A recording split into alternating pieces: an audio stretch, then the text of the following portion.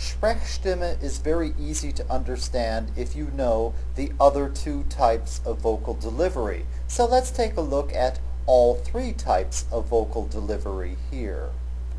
Now the first of them you hear often enough on these podcasts. Speech, the presentation of text or words at unspecified pitch levels. Song is also something that you are familiar with from your experience in this course.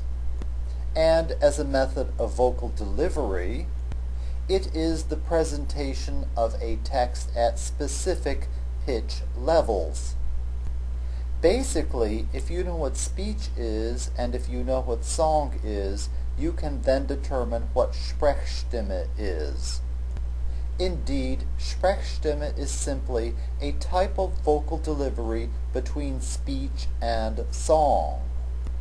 Although the composer sometimes specifies the actual pitches of each of the syllables of the words, the vocalist simply touches on the pitches very subtly and very lightly indeed, and it creates a sort of sing-song effect or a dramatic recitation of a text. By the way, doesn't this remind you of something?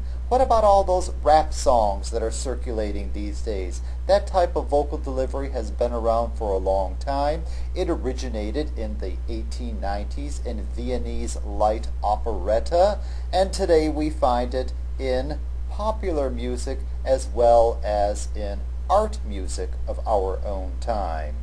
So you'll certainly be able to identify this type of vocal delivery in the high art music of the 20th century and the early 21st century, and you should also point out to your friends exactly what they are hearing in those rap songs today.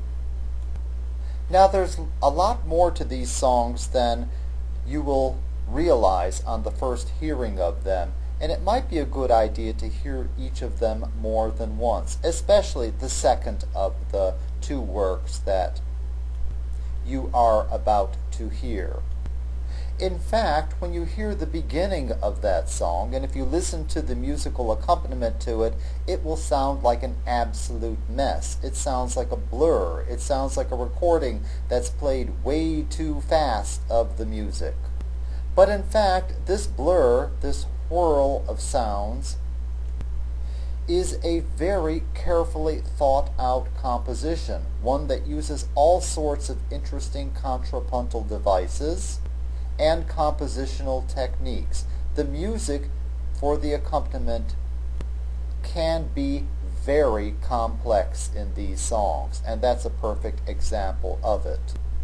What the vocalist does, on the other hand, will sound very simple in comparison to it. Generally, when you listen to this composition, you will hear it for what it is, and that is a monody, a melody with some sort of an accompaniment. And the vocal part sounds very simple in comparison to it.